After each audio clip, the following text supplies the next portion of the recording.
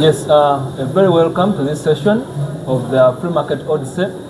My name is Kakande Richard, and we are here at Sport Cave. We are trying to demystify and decipher the logic that is hindering businesses in Uganda.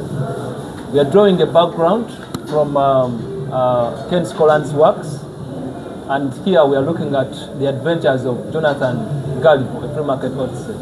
This program has been championed by African Liberty Foundation together with Action for Liberty and Economic Development, and we are fronting the circular economic model in Uganda, which is also powered by Vegan Planet Africa and Action for Veganism and Climate. With me, I have a panel of very able, beautiful ladies. For questions of gender, I don't know, maybe that's how I can specifically talk about them. And as well, we have our dear listeners. We are going to go through the lessons that we can actually rely on to decipher our economic struggles, as well as looking at the solutions provided by the blueprint of Professor Ken.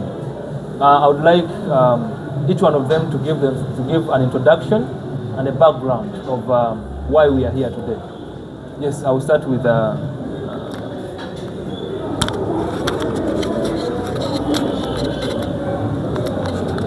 Good afternoon, everyone. My name's Lillian Zion. I'm so grateful having an opportunity to share with all of you. It's a lesson that we've learned, and we are still learning. Through the adventures of Jonathan Gullible, I've come to realize that actually in the hardest moment of your life, that's when you take a step and think, and you take a critical moment and look at each and every tiny thing around you. As we are going to share more about this book, you're going to realize it's a very, very interesting book everyone must read. Thank you. Yeah, all right. I'm so glad to take this golden opportunity to talk about the situation in the book, The Adventure of Jonathan Gullible. Basically, the lessons I'll use. Let's say our saying. What I got to know, it's about life. Basically, life is it's never one sweet song. It's full of ups and downs, but in most cases, you have to rise up on your feet and overcome whatever situation is at hand. Because we get to know that Jonathan Gullible, is in a strange land, whereby he's introduced to strange laws that are governing the inhabitants of the island. So it's really hard for him to cope up, but basically he gets to learn about how to live with the people around the island. Yes, that is it. Yes, if I may start with you, do you think that actually laws shape human behavior? Do you think that at one point we do act basing on the regulations in society? I would say to a large extent, because in most cases, if laws have been set it's probably to govern and rule the citizens of a particular, let's say a particular country, a particular organization. So in most cases, the penalties that come along if someone, let's say, violates the laws that have been put by a certain organization or institution. So I think to a large extent, laws are so crucial.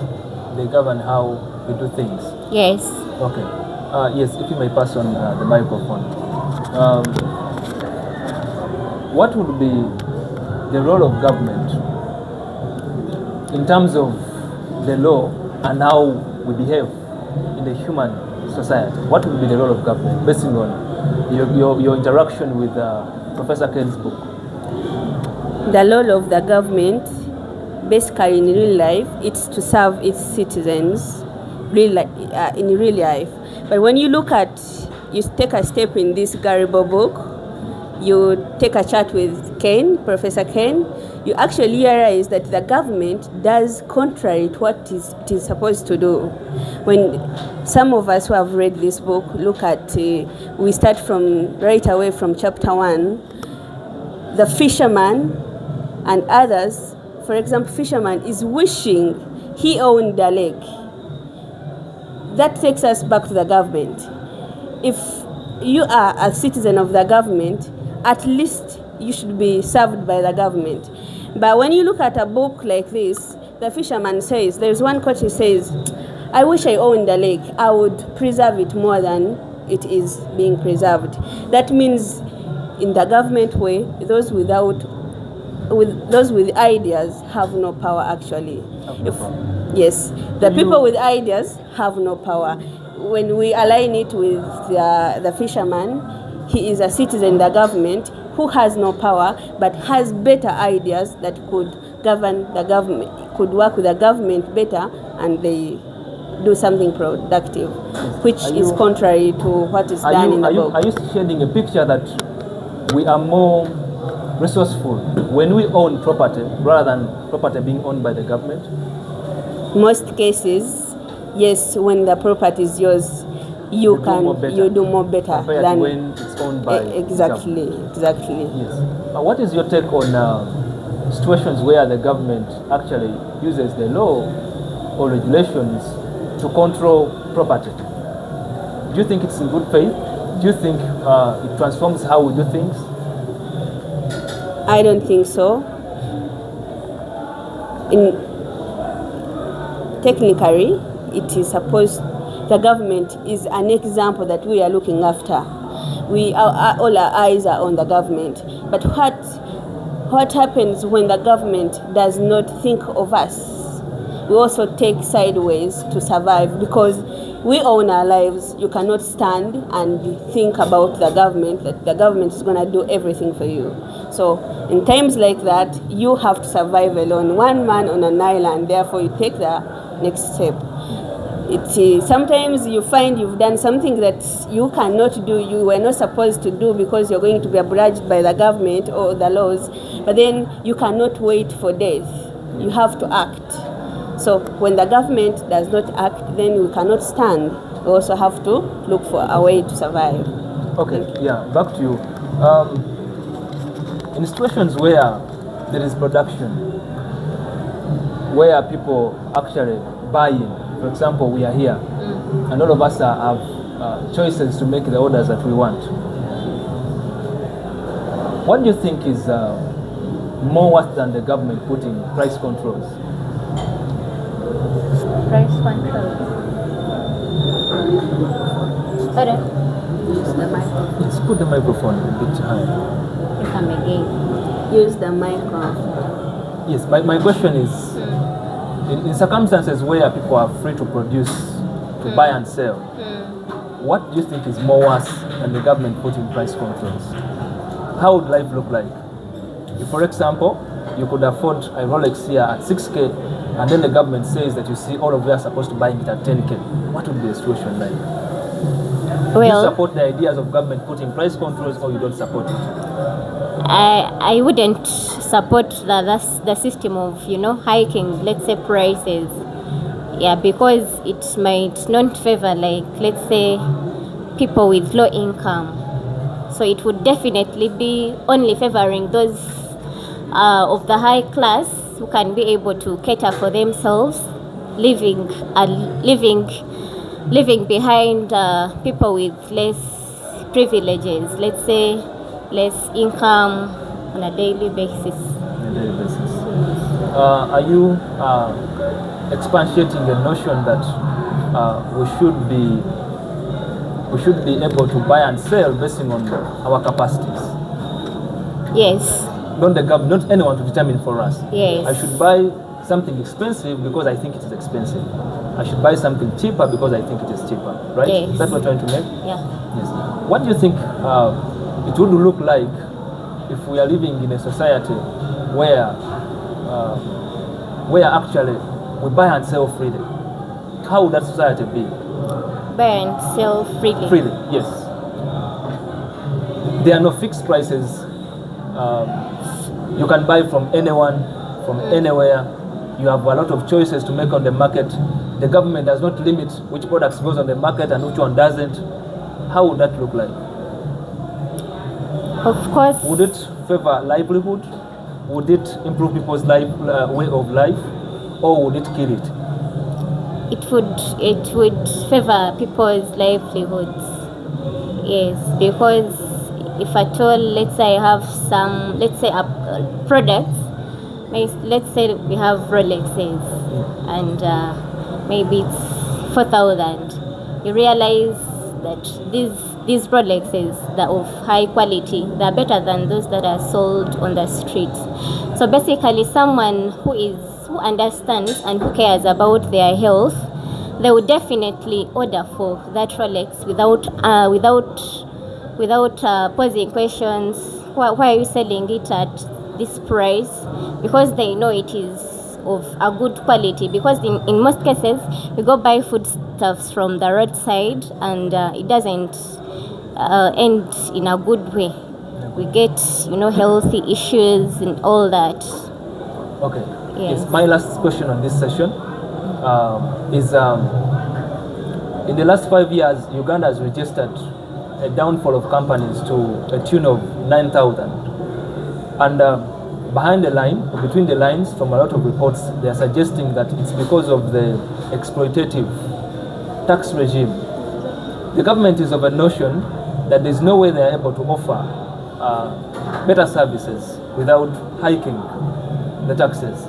An example, if you are buying a Toyota Hiace, the one you call a drone, from China, you are buying it at about 19 to 20 millions.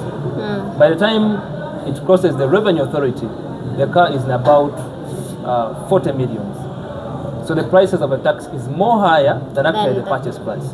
Do you think that the tax regime the government is saying actually supports the economy, or do you think it kills businesses? What is your take on that? It doesn't support the economy of the country, because basically you realize that the country has different people. That those of the high class, just like the way you can have social stratification, and there are people of the high class, then there are those middle income earners, then people of the low class.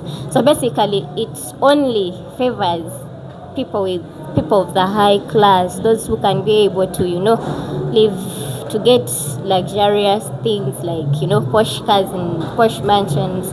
So really it doesn't favor the people who are at the bottom. Yes, so I would suggest maybe for a free market, something, free market whereby where there is freedom, an individual can be able to to decide on their own.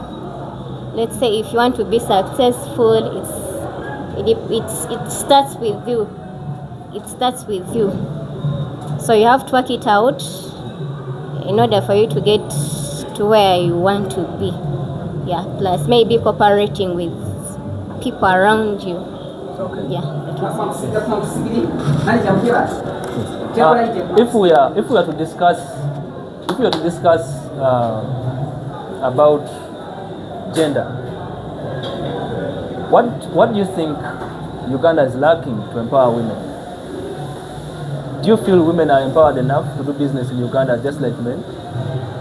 Are they just lazy to catch up with the position of the law? No, please. Or you think that there are still barriers limiting your flourishing?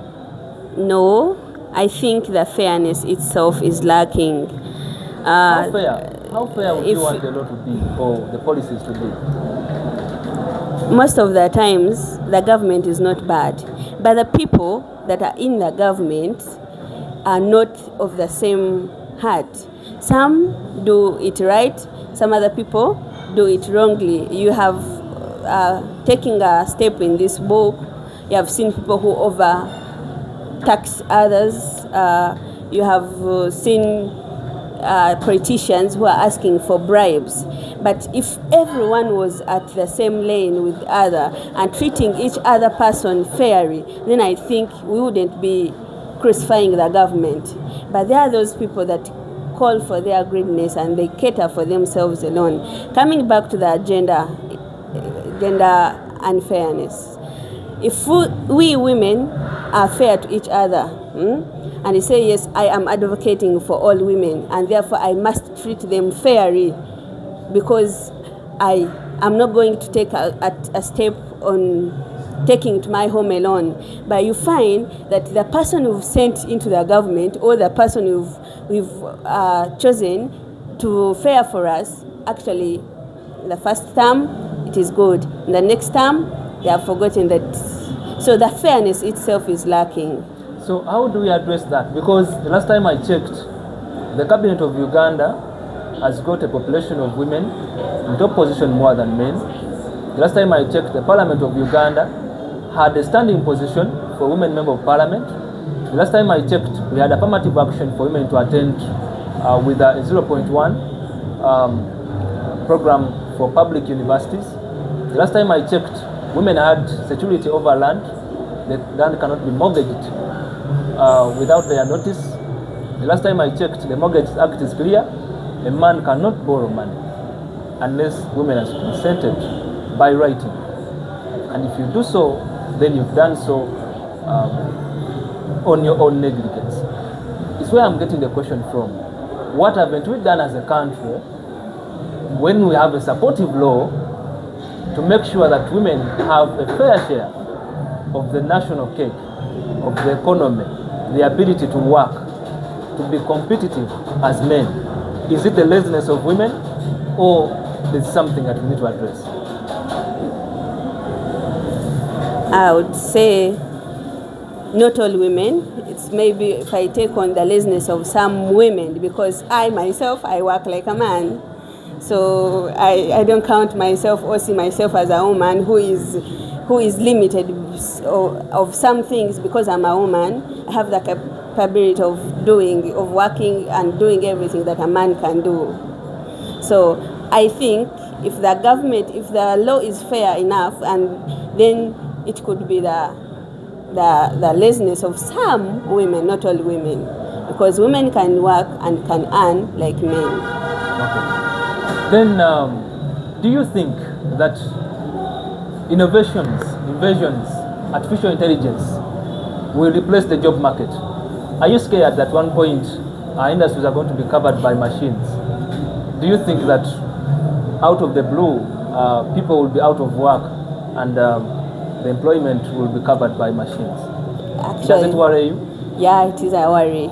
Exactly, it is a worry. In the recent years, the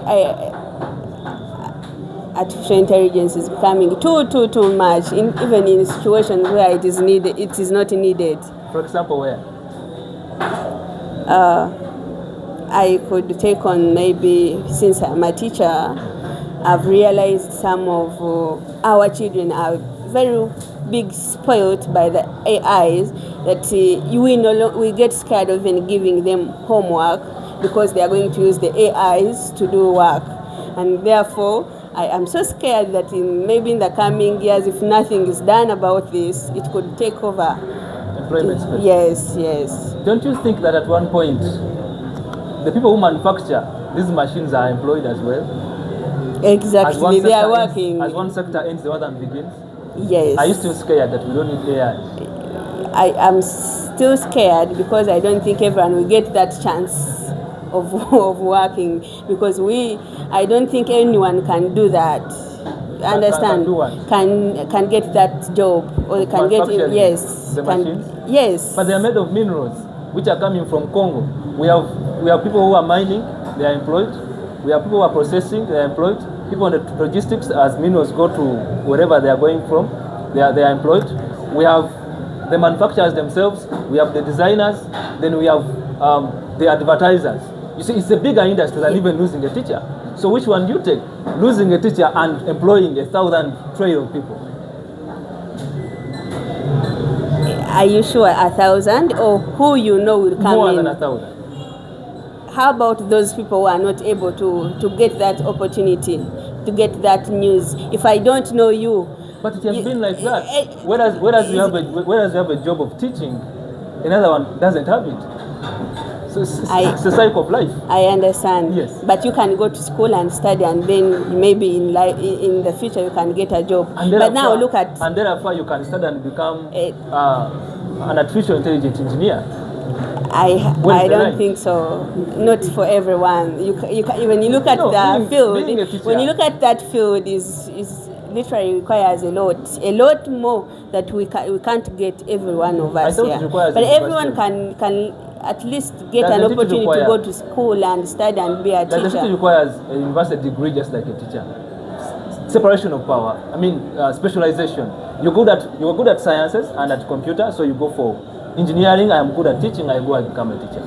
Isn't it a question of ability?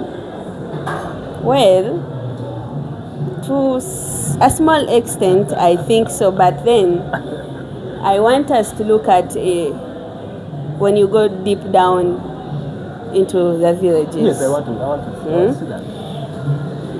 Any person can become a teacher there. And any person can mine in the Congo forest, because that's where the minerals come from. Even people never went to school, they can mine. About us people who are in Uganda, is everyone going to go to Congo? Yes. You have those resources here in Uganda? If you go to Kasese, we have rich mines of copper. And you know who mine it? The informal sector, the illiterate people, the bacons of people. Yes. So, and that's where I'm getting the question from, that should you be worried? Yes, I'm still worried, because have you taken a step and you have asked about how much money they get after that very day of prolonged working and too much work and labor, a lot of things they put in? Have you taken a step to inquire about the end income they get in a day? Of course, the end income is determined by the value they put on the market. Now that's the point. Yes. For example, yes. A teacher teaching in a local school in Mitiana there cannot have the same money, cannot be paid the same money as a teacher in Sakolo Kagua. At one point, these are result oriented. We expect a bigger payment because that's the value compared to. So a person who mines sand does not earn the same as a person who mines copper. The two metals were different, so the market appreciates them differently. It's more of the market. It's not a question of who earns what. It's the value they create. Isn't that so? Very. Not entirely. Okay. As we come to end of this session, I want to hear on your parting shots. I want you to tell us about what you think about the government programs. For example, the PDMs, Parish Development Model, the welfare,